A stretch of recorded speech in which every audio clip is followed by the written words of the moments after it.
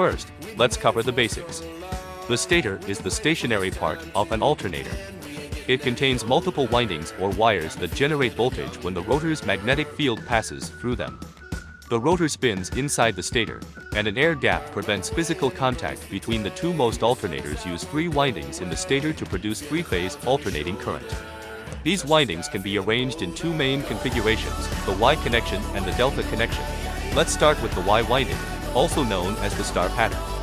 This configuration gets its name because the windings connect at a central point, forming a Y shape. Y windings are the most commonly used configuration in alternators, especially when high voltage at low engine speeds is required, making it ideal for vehicles where reliable low-speed performance is critical.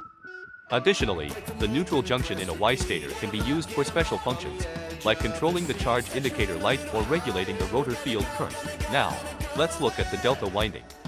This configuration connects the windings in a triangular pattern, resembling the Greek letter delta. Unlike the Y configuration, delta windings form parallel circuits. This means more current can flow through the alternator compared to the series circuit of a Y winding. However, delta windings perform poorly at low engine speeds, making them better suited for applications requiring high output at higher RPMs. So, which configuration is better? It depends on your needs. If you need high charging voltage at low speeds, like in most automotive applications, Y windings are the way to go. But if your application demands high output at high RPMs, delta windings are the better choice. To recap, Y and delta windings each have unique advantages depending on speed and current output requirements.